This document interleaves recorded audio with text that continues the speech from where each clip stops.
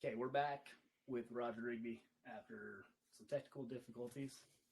We've had a couple weeks figure some things out. Got our thoughts together. Yeah, and go into kind of pick up where we left off. We left off where I was talking about my negative coping mechanisms and things like that that I'd gone to. And I was just wondering, are there things you've done? Like, is there? You said you had low self esteem. Like, are there things you do to cope with things, or like when you're feeling overwhelmed, are there things you lean to? I think it's natural to lean towards whatever makes you comfortable or has worked for you in the past. And I usually tend to go towards things that I try to go to things towards things that make me feel better about myself. Um, that's one lucky thing I've had in life, and I don't know how I learned that, but um, like working out was always one of my things. I became good at it when I was young, and it made me feel comfortable. It made me feel like I belonged somewhere, and made me feel like I was good at something. I was just lucky that that also helped me become more healthy, and so I could go in the gym and throw a bunch of weights around and kind of get frustrations out. Ended up making me feel better about myself, and also I think it's important. I learned this when I was in college. I worked at a job, a sweatshop, basically doing manual labor, and I ran a machine. I was a machine operator, and I got to where I could run the machine without thinking too hard about it. So I was lifting up heavy things and doing this stuff to run this machine, but also it let my mind kind of wander. And I learned that I think it's important to kind of be alone with your thoughts. Sometimes that can get scary, but for me, it works. I need time every day where I can just be with myself and let my brain sort things out. For me, the world's a noisy place. I'm a school teacher. I have a family. There's very little of my time that's not spent with me surrounded by people asking me questions. Um, and it's hard for me to think of anything in my own thoughts because I've always got this other stimulus coming in. Everybody asking, what's this? What's this? What's this? Um, so again, when I go to the gym, I put my headphones in. You might have noticed I don't talk to a lot of people when I'm there. It's my me time. It's my time when I can be alone with my own thoughts. And I found that I can sort a lot of things out in my mind. Can solve a lot of problems if I can just get everybody else to shut up for a while and be alone with myself. Riding my motorcycle does that too. Even though it's loud as hell, it's just noise and lets me and my thoughts kind of figure some things out. So I've learned in my life, I think it's important every day to be alone with yourself for a while. Some people say meditation or whatever, but be alone with your thoughts for a while. Try to cancel out the stimulus from everything else. I think it's important to do something you enjoy every day. Too many of us get stuck in a rut of going to work and whatever, and we don't like anything that we're doing. I think you should do something you enjoy every day, and I think you should do something every day that you're good at. Sometimes those are the same things. For me, they are. Like I said, all of this kind of wraps up in when I go to the gym. I can get all of that. And so I come out feeling physically better, but also mentally better. Yeah, That's my coping strategy. yeah, no, that's a really good one, and I think, like you said, not just being alone with your thoughts. Some people call meditation, like you were saying, but it's just processing everything going on and your kind of inputs and outputs. It just gives you time Yeah. to kind of get an outside look on things. Yeah. Instead of just reacting to everything that's going on, you got time to kind of sort everything out and let everything settle down and realize sometimes you realize, oh, some of the stuff I was freaking out about isn't as big of a deal as I thought it was. Sometimes it's a bigger deal than I thought it was, whatever, but it gives you time to kind of figure some things out. Yeah. And then you were saying in the last one, you said that you had worked with kind of a therapist after you passed away. Was that something like, did you do some individual sessions, or was it just somebody you just kind of talked to? We only went to a couple of sessions. It was a friend of a friend who just was helping us out, and we went together. My wife was struggling with it a lot more than I was, or more than I thought I was at the time. And so we were mostly going for her because she was really having a hard time with it. but looking back on it, I realized that I got a lot more out of it than I thought I was getting and thought I needed at the time. I'd never thought about going to therapy, and back then, this was mid '90s. At least in my world, most people I knew didn't go to therapy, and I'd never thought about it, and thought that's just something that broke people do, that are really having problems. But most people should be able to handle life without it. And the older I've gotten, the more I realize probably most people need some therapy, or at least could use a little help. Again, it's good to get someone else who knows what they're talking about and can let you kind of unload and figure things out. And I think a lot of therapy is probably just talking and getting it out of your own mind. And then with a little bit of help, you can unravel all that stuff and hopefully move forward with it. Yeah, no, I definitely agree with because when I've gone to therapy and everything like that, it's a lot of the talking and getting that out. But when I do that at the gym and everything like that, sometimes it becomes a cycle. It's a feedback where you dig yourself deeper almost. And when you have somebody there to stop it or like to hear, and when they hear what you say and be like, is this really that big a deal? And when somebody else says it to you, you're kind of like, I guess not. Yeah. When you say it like that, but so it's like a good way, I feel, just somebody that kind of a non-biased person, like right. No, because it's harder with people you love, like because I always feel like when I'm talking to some like a brother, my mom, or something like that, I'm like they're always going to take my side, right? Because they're like, I don't know if they're full. They have to, yeah. It's like you kind of have to, and so it's like having somebody else to talk to that's kind of non-biased. They can give you that non-biased opinion of, well, yeah, no, you were in the wrong, or something like that, and then they can just stop that feedback. Well, and it's not judgmental on their part either, because they're just giving you the truth. So you're not going to be offended by them as much because they're just there to tell you what they see, So, yeah, sometimes you can kind of keep digging yourself deeper, like you said. It's important to kind of get yourself grounded, and if that requires a third party, or I guess a second party, whatever, a neutral person, there's no shame in that.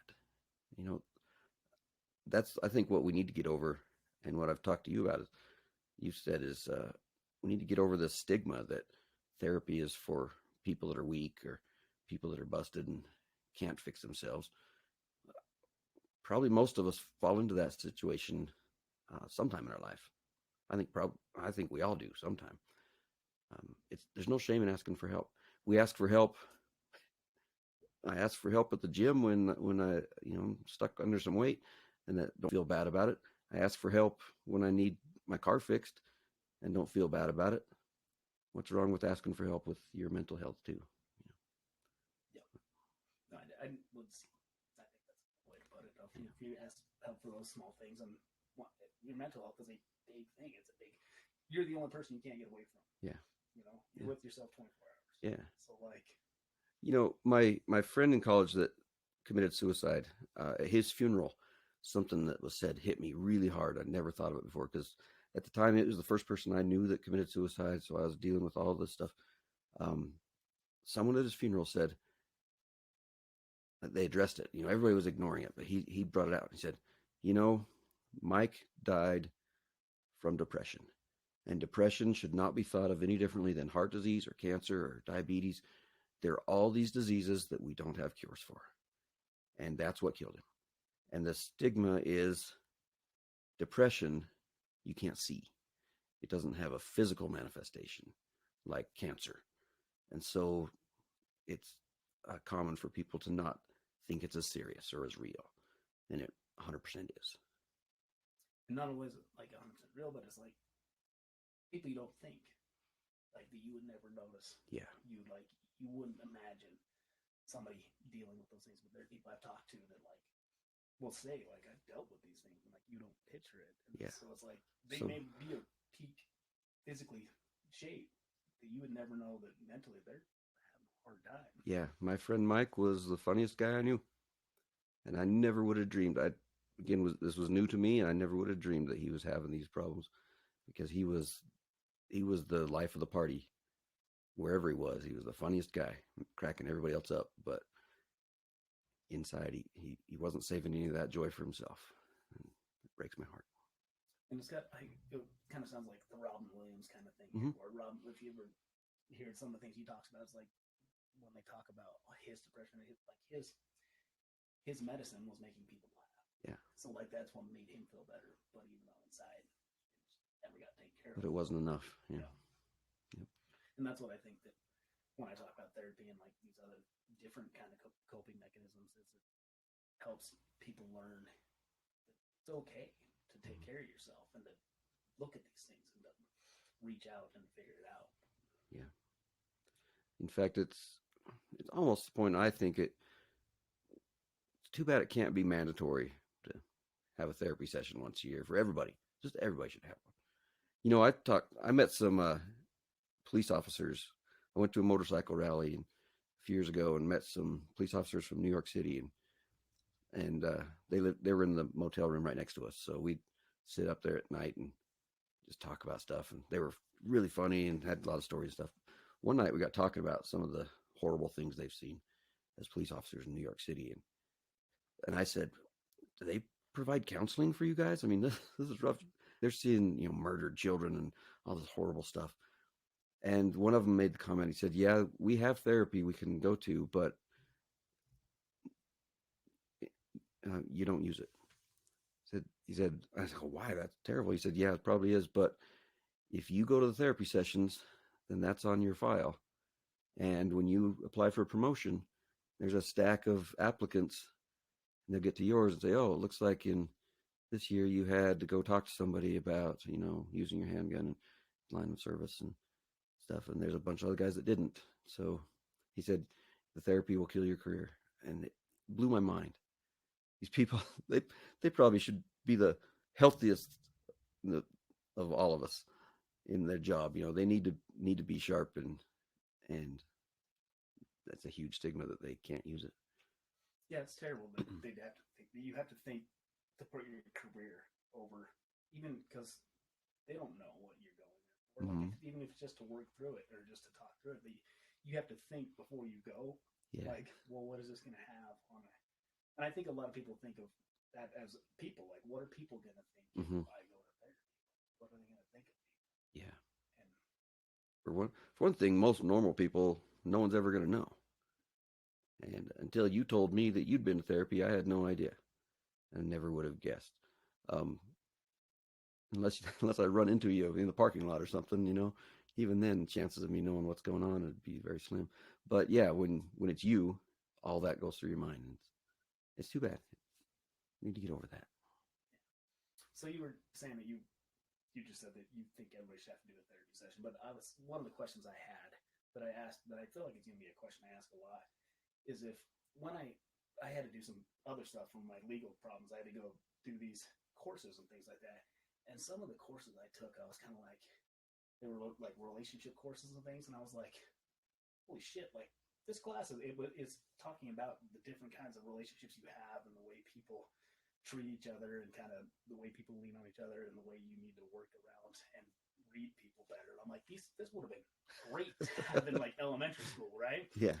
And so if you could say a course that you think in middle school or high school that it isn't offered that you think students could use, or just people in general, would there be a course you'd be like, I really think people should have like this social class or something like that? Is there something you would? Yeah, like you said, all that stuff, it's amazing when you learn it as an adult and you're like, wait, people already know about this? I thought I was the first one going through it all, No, it's all been studied, and there's research, and there's all kinds of experts and things that understand all these things. It's just our dumbasses don't know until we go through it ourselves. Luckily, in the schools, they've started, at least at Logan High, they've started recently considering this stuff. And I don't think they've necessarily made courses for it, but they have developed some places, like the one at Logan High is called they call it Refocus Room, and there's another name for it. I can't remember now, but it's just a place where people can go if they're stressed, freaking out, if they're stressing out, if they're, having an anxiety attack. Each teacher has a pass, and any kid can pick up that pass, and there's no questions asked. They can go to the refocus room, and you're only supposed to be there for a short time. You got to go in and sign in, and then they only let you stay there for a little bit. But there's resources there. I don't know everything about it, but um, it looks like my classroom used to look. If you remember back in the day when I had kind of subdued lighting and I had comfortable couches and I had my classroom set up, that a lot of people used that as a refocus room, but they made us take out all the couches and stuff in the classrooms, and they have this place now. But it's kind of a quiet place where it's comfortable. There's little sensory things you can play with to kind of help people refocus, get over their anxiety and settle back down. And then they are given a pass to come back to class. And I don't know, I do know, not enough people are using it. I've only had one kid in my class ever take it, and I guarantee there's more kids stressing out in my class than one. But there still is that stigma, who's going to see me going in there and things. And so they've addressed that and some other things. There's counselors are involved in some programs trying to educate students. It definitely needs to be more. And if it's not associated to a class and a grade, then most students aren't going to pay attention to it. When theoretically they all should be taken a little more seriously. Yeah, there's a little bit. It's coming along. Getting there. So then, if you could go back and like tell your 18-year-old self, will there be any advice you'd give yourself, or is there, or even maybe not just you, if like you wanted just 18-year-olds in general, like a good piece of advice? Well, I'm lucky that I work with 18-year-olds, and I get to give them advice. And sometimes I tell them, sometimes our lessons do with photography, because that's what I teach, and sometimes what I'm talking about is a life lesson. And I tell them, I'm not a therapist. I don't have any formal education in this, but I'm just a guy that's been down a lot of roads. And sometimes I'll dole out some of that. The biggest thing I would tell myself is don't worry so much about what other people are thinking of you. And I heard a funny thing one time. Somebody said, in middle school, I was worried about everybody thought of me. And then in high school, I didn't care what they thought of me. And then I got to college and I was okay with what they thought of me. And then I got to about 30 and I realized nobody was paying attention to me in the first place. And that hit me hard, because I'm like, well, that was the truth, because I was a mess, thinking everyone was staring at me and judging me, and not realizing that nobody knew.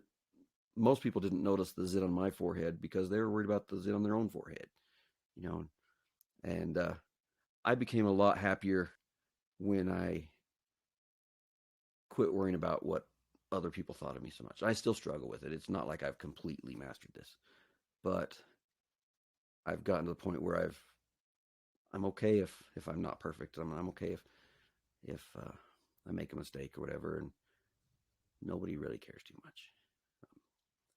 That'd be the biggest thing I'd tell myself. Yeah, and I think it's really hard for people to realize that because in your head you are the center of the universe and like that. Not everybody's looking at you all the time. Yeah. Not everybody's judging you, and just to get that out of the way first to realize, and then maybe if they are, maybe look at what you're doing to make them. Yeah. And also, we're our own worst critics. And I learned this as an artist first. I can point out all the mistakes in my artwork that most people don't notice. And then I started thinking, that's probably the same for everything. I know my own flaws way better than anybody else does. And also, excuse me, people tend to focus on our own flaws, and we forget to think about what we're good at. And there's a lot of people out there that are looking at you and seeing the good stuff you I remember watching you, and I still watch you, and I've told people Brandon Carlisle, pound for pound, probably the strongest guy I know, and hard worker, and I see all these positive traits, and then I find out that you were struggling with all these negative thoughts, and it's hard to believe. Every time we lose someone to suicide or something, we all say the same thing. Oh, they had so much going for them and all this stuff. Well, it's easy to overlook your own positive attributes and focus on your negatives. I'm not saying you should forget about your negatives. You got to work on them, improve them, and identify them. That's important. But don't forget about what's good about you too. No, it's really a piece of advice. And when you're saying like people are watching you and things like that, in a good way, is you forget that sometimes that like your good can outshine. Because like that's kind of one of the reasons that I'm veering towards this stuff now is that like I feel like I'm not leaving right behind a good image of myself, even though because that's me being my worst critic. Because I want to get out and do better and show people, and like especially for my daughters and for family stuff like that, like you can make a difference and you can get this stuff going. And like I don't have any of that going anymore. Like I used to coach and everything like that, so like how you teach and everything like that, you have that, and that used to be a big thing that used to help me was coaching kids. Like when I coached your son in football and coaching wrestling and coaching lifting, and I don't do that anymore. So it was kind of like when I was talking to my therapist, this is how this kind of came about as an idea for me. I was like, there's something I could do. Like I've been through these things. Like why not use it? Like use the bad things that I've done and the bad things that I've gone through and not cope with fully, and use it as a platform. Yeah, I firmly believe that most of what we go through is in preparation or to prepare us for something that's coming in the future. Maybe not everything, and maybe I'm up in the night, but I choose to believe this.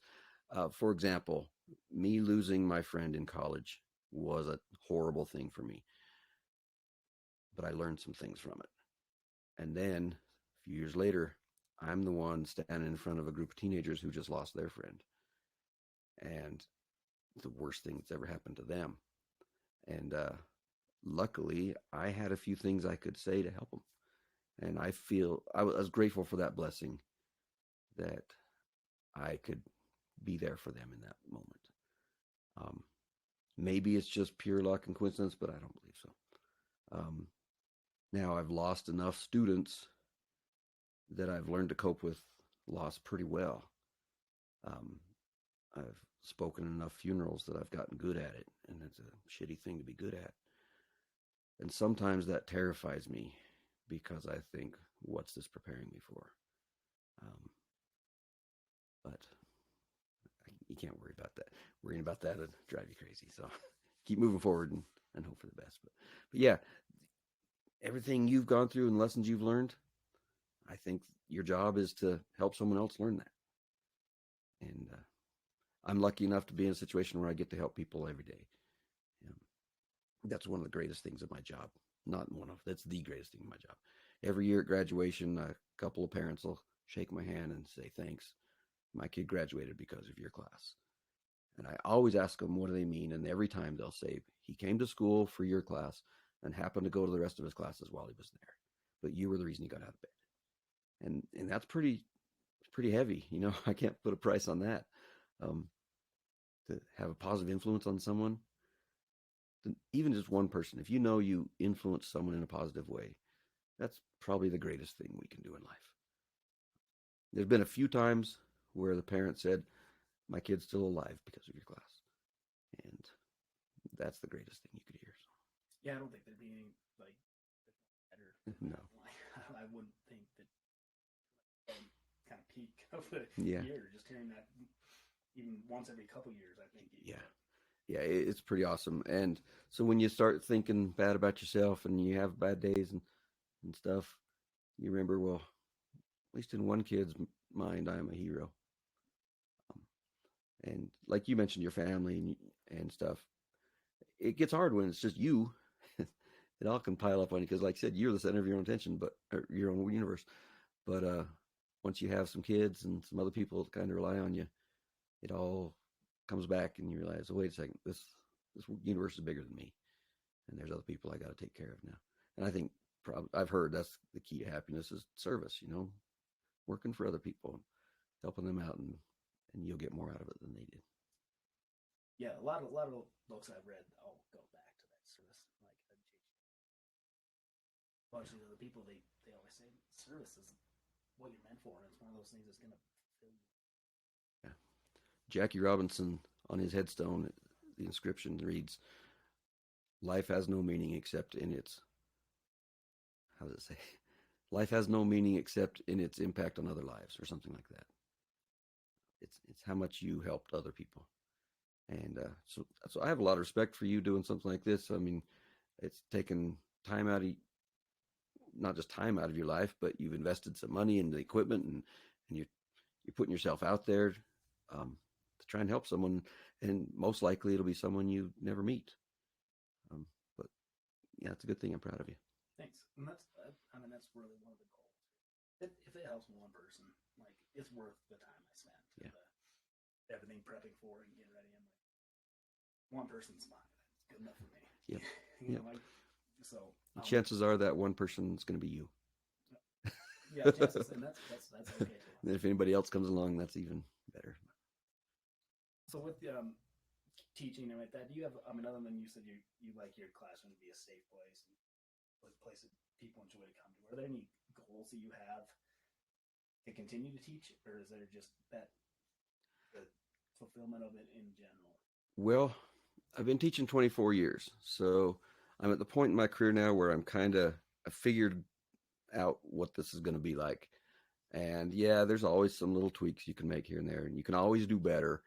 But pretty much done most of the work, and now it's just kind of riding out what I've got going. Um, I do feel a little bad. My class isn't as good as it used to be in that my classes are really big now. I got 40 kids in a class, and it's hard to even learn all their names. I got over 200 kids per semester. Um, it's hard to get to know them. It's hard to get to know the names, let alone really get to know them personally. And back in the early days when my classes were smaller, I built better relationships with the students that way because I could spend more time with each one and get to know them better. And so it becomes more of just a crowd and not quite as special. It still works on a smaller scale, and I'm hoping that it does work for the ones that really need it the most. But it's not as personal as it used to be. That kind of bums me out. Whenever I complain about my classes being too big and things like that, they always say, yeah, it's a good problem to have. And yeah, I mean, it's job security, but it's not what it could have been. So that's one thing I kind of regret and it's out of my hands. I can't control how big my classes are. I'm just kind of given that. Okay, and then you talked about your teacher, Mr. Churchill, that was a big inspiration for you. Is there anybody else who's inspired you or inspires you currently? Yeah, probably the two people that had the biggest impact on my educational career would be Lee and Zan Birmingham. They were husband and wife. She taught painting at Skyview, and he taught ceramics at Box Elder for most of his career. And then he retired from there and came and taught a few years at Logan High across the hall from me. And I had met them. I knew they were great people, but I didn't know them very well until he started teaching there. And then I got to know them very well and blew my mind at how much they did for their students. Zan's classroom is what I've tried to model my classroom after as far as being the safe place for someone. Everyone was welcome, judgment-free zone. Didn't matter if you were the anxiety kid or the transgender kid or whatever, or if you were the popular kid and the jock or the whatever. Everybody was welcome, and everybody was just there to get better at art. And so it didn't matter what else happened outside the classroom. And then they were champions for those people that needed it the most. And they were instrumental in me figuring that out too. I was already kind of on that track, but to be around someone who really knew what they were doing and had mastered it and had impacted hundreds, maybe thousands of kids' lives, it was really an honor to work with them. So I thank Lee and Zan Birmingham a lot for helping me become who I am. Yeah, I actually know Lee. Lee's a big man. Big, huge. Yeah, he's a giant. Lee coached the Stampede. Oh, that's right. Like the first couple of years, he was one of our offensive line coaches. Just a really, really fun guy. Yeah. He's one of those guys that could tell you suck and you did everything wrong, and you still knew he loved you. Yeah. No, he put me in my place a couple of times. Yep. Wasn't afraid to tell you the truth. Nope. But I then mean, I was like, yeah, I will listen to you. He'd give you a hug afterwards. And just part of his power came from his stature. He was just so huge. He was hard to deny. He was a force of nature and big, loud, not in an obnoxious way loud, but he let you know exactly what was going on. And, but did it in a way that you knew that he cared about you. So with you're talking to these teachers and everything, is there anything, so you're saying you learned from those teachers, but is there anything you'd say you learned from your students throughout the years? Like the big yeah. Yeah. I bet I've learned more from my students than they've learned from me. Part of it is from helping me understand that the way I was brought up isn't the way maybe we should do everything. I grew up in a time when racism was a thing that we didn't think was necessarily that bad. We just accepted that it was there, and certain words were more popular than they should be. I grew up in a time when homosexuality was definitely in the closet. I don't know if I could have told you I, as a teenager, knew any gay people. Turns out I did, just didn't know it. And I was a lot more judgmental about things like that. And because I felt like I was being judged all the time, because I just had my self-esteem problems, I judged other people too. I thought that's the way everyone was. And I learned from a lot of my students that they're not. I learned growing up with my friends and things, we would rag on each other and cut each other down, and your best friends were the ones you hassled the most. And I grew up thinking that everybody understood that idea. And then when I would tease people and they didn't realize that, didn't understand that, thought that I was being serious about it, and I had to learn that not everybody understands that sense of humor and things like that. I learned that maybe the biggest thing I've learned is even if it's tongue-in-cheek and you're giving someone a bad time, and even if they know that you're just teasing them, being kind is always better. Being kind is always better than being funny or being cool or whatever. There's not enough kindness in the world. There could never be enough kindness in the world. No matter how good we are at it, we could always use more. I learned that there's a lot of people running around that were feeling feelings like I was feeling. I was not the only one that I thought I was. That was a big breakthrough. A lot of people out there that don't know if anybody cares about them, or a lot of people who have never heard "You look nice today," or "I'm glad to see you," or "I'm glad you're here." So throw those things out there. Let them know. Even if you don't know the person very well, hey, good morning, good to see you, might be the nicest thing they've heard in a while. So that's probably the biggest thing I've learned is be nice, no matter what. There's a common quote, who knows where it came from, that said something about you never know what everyone else has been going through. Everyone's fighting their own battles. You never know what someone's going through, so be kind always. And there's a lot of truth to that. One exercise I do in my class, I tell them about my teacher, Coach Churchill, and tell them my little story a little bit. And I'll say, everybody in your hand in the class, raise your hand if you could use more problems. And no one raises their hand. Everybody's got enough problems. No matter how good you've got it, you have enough problems. And I tell them, look around. Nobody needs more problems. Now remember that when you're out in the hallways, everybody's got enough to deal with. Nobody needs your bullshit on top of it. No matter how weird they look or how different they are from you, they don't need your bull crap. So be nice. Do you think that, in general, speaking just in the needs of kind of society, would you say kindness would be the thing that we need to work on most, or would you say understanding, or just It all probably is lumped together with empathy, you know. And I see it trending that way in the world. I really do.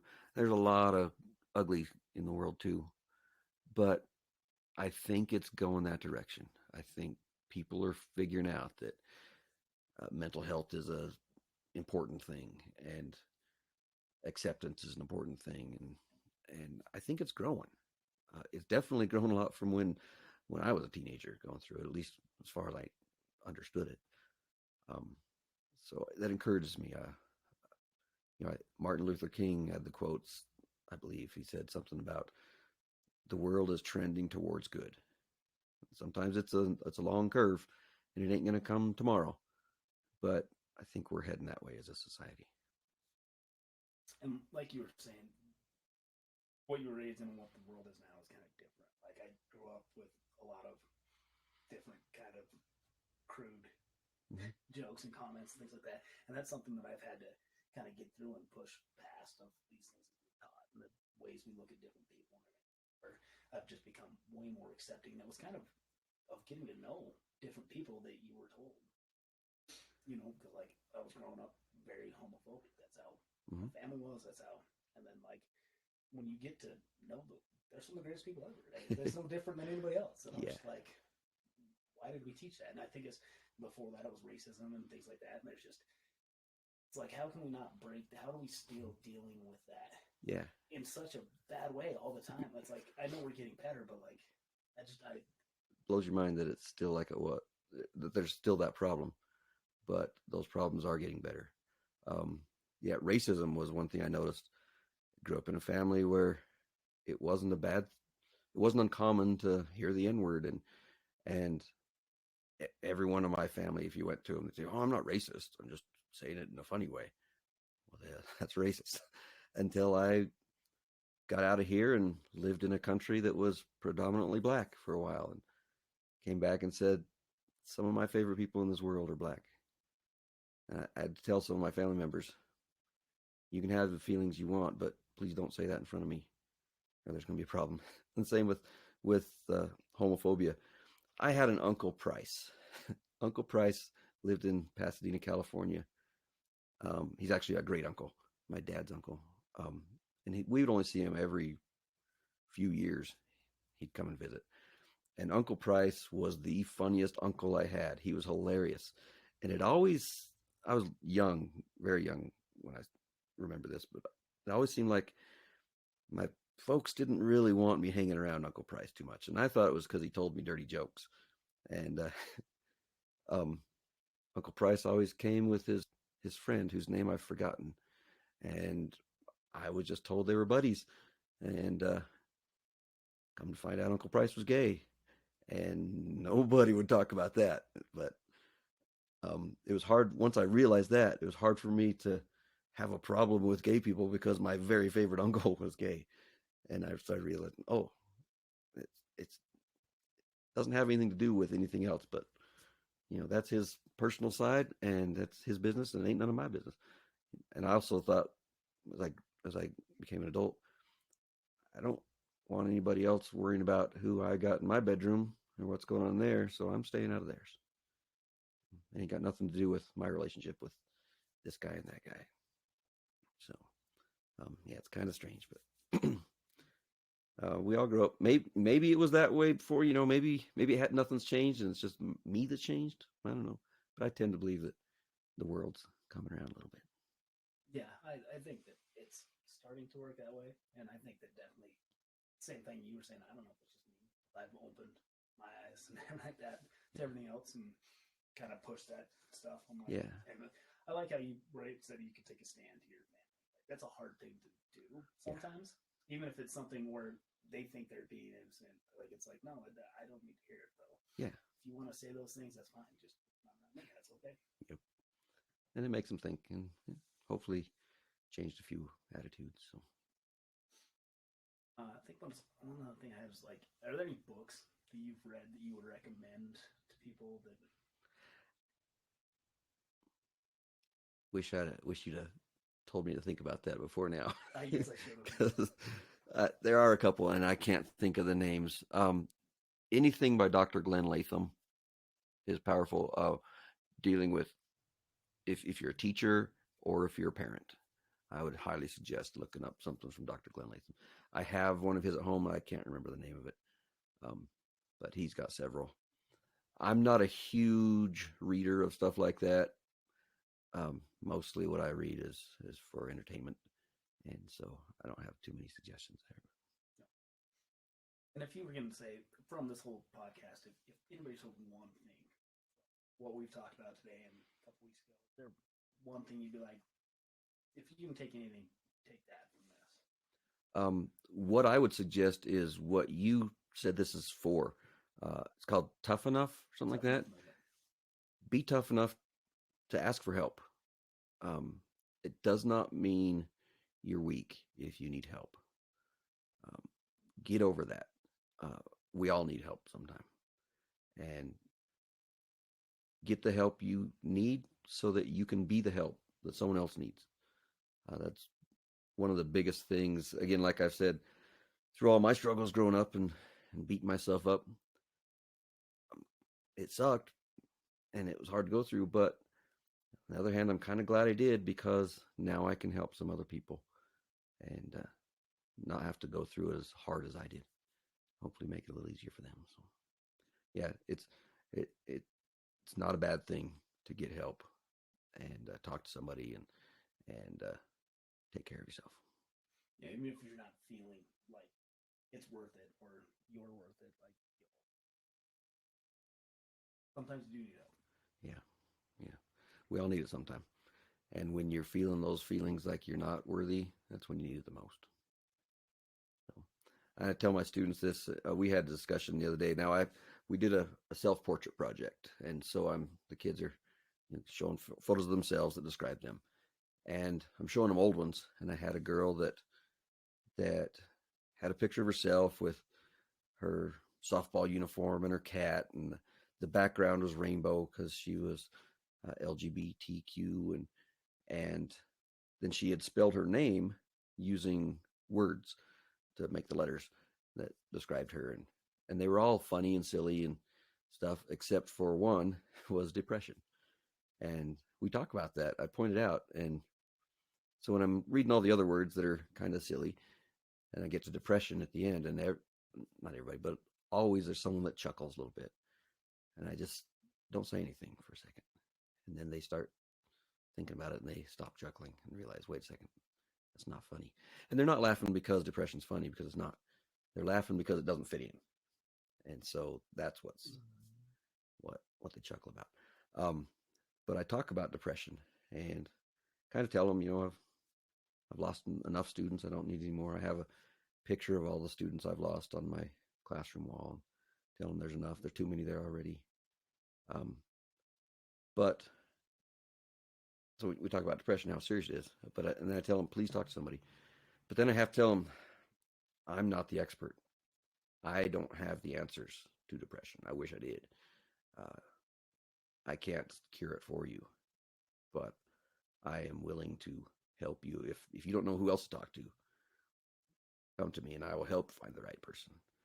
And I'll bet that anybody in life would offer that to anyone they know that's suffering.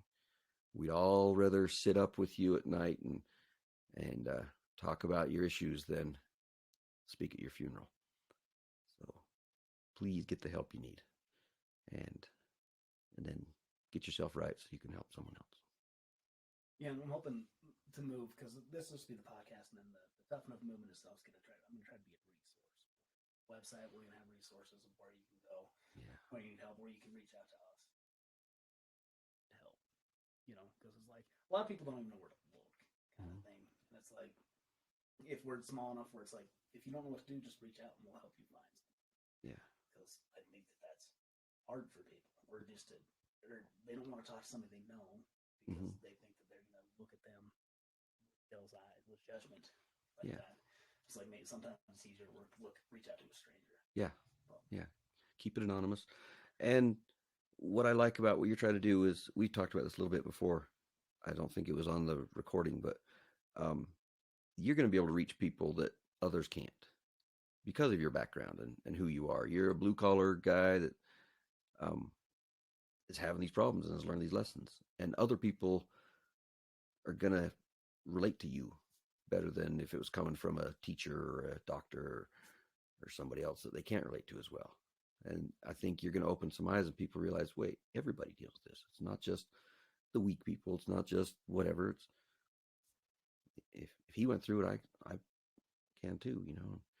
And so it makes me happy that this resource is out there. As far as I know, it's going to reach a community that probably has been hard to reach before. And I think that one thing that is when you were saying earlier that I've always been a hard worker and like that, and that was one way that I just kind of coped through. I'm like, if I know, like throughout my life, I'm like, there's always been one thing that I knew I was good at, and that's I'm gonna outwork anybody I can, and whether it's in the gym, whether it's at work, whether it's on a mat. I'm like, one thing I got is I will outwork. That was my one go to. That like, and so now I'm like, I can put that into better things now. Yeah, for sure. One thing again, not being a licensed therapist, but working with a lot of kids, and I probably should get more training in this, but I had a kid a couple years ago named Tristan who came to me and was telling me he was dealing with some depression and some suicidal thoughts and things. And after encouraging him to talk to the counselor and some other resources, I said, take this with a grain of salt because I'm not the expert in this, but here's one thing I've found is when you're feeling overwhelmed and you're feeling you're not good enough, go to work. Because what I said is his problem was he got behind in his classes. He missed a few days, wasn't feeling good, so he got behind and then was feeling overwhelmed. And he had all these classes with late work. Like, I can't, it's too much. I can't do it. I said, just pick one. Pick one thing and take care of that. Go to work. And what I told him is do a couple of things. First of all, it'll take your mind off of the rest of it for a minute. Okay, forget about all that stuff and just do that one thing. Focus on that. And then that thing's done. And it's one thing off the pile. And then pick another one. And he got better. And I noticed his performance improved and stuff. And his mood improved and everything. At the end of the year, he came back and he said, honestly, that was the best advice anyone's ever given me. Just do something. Sometimes we get overwhelmed. And I know it gets other places where some people just can't function at all. But if you can function, just try to do something. Keep moving forward. Put one foot in front of the other. And take care of something. You don't have to take care of it all. We've all got so much on our plate if we thought about the whole thing at the same time. It's never ending, but we can do one thing. Yeah. There's I can't remember exactly how it's worded, but I know that the last part of it is the worst thing you can do is nothing. Mm-hmm. Right? Like, it's better to do something wrong than to do nothing at all. Yeah. So, and like you were saying to him, just find one thing and then work. Like, if you're looking at everything all at once, if you're going through if you put a list of all your problems and you're trying to just like chip at one thing here and like, but when you look at it, it's overwhelming. You look at it as a step at a time. It just makes it that much easier. One thing at a time and just move through it. Yep. Don't make a list of all your problems. That sounds terrible. Maybe make a list of things you need to work on, but wow. Yeah, until you get healthy enough to know that you can work on that. Yeah. So. Okay, well, unless there's anything else you wanted to say or anything else you wanted to bring. No, just thanks for including me in this. I'm happy to help, and it's a message that needs to get out there. I talked to you about other people you got coming in, and I look forward to listening to these, and I think there's a lot of good advice that's going to be coming from some good people. So again, I'm proud of you and what you're doing, and if anything I could tell to anybody that's listening, just the same thing I said before, ask for help, and then be the help. And then I wanted to end with just saying how much I appreciate not just what you're doing here, but what you've done for me in the past and being there. Even if you didn't know it in high school and everything like that, like wrestling was one of my outlets. Sports was one of the things that kept me kind of in line. When sports season was there, I stayed in line enough because I needed that. Yeah. And like there were times in practice or like that, or having a hard day or like that, your class or having you there would help. And I don't know if people tell you that enough. I hope they do. That you do a great thing, and you're a very strong willed person that just we feed off of, and we appreciate it, and that I love you, and so Thank you. so other than that, then I think we'll call it there, and hopefully, if we need anything else, we'll bring you on again. Or All right. things. Not too far away. Okay. All right. All right, Cool. thank you. Thanks.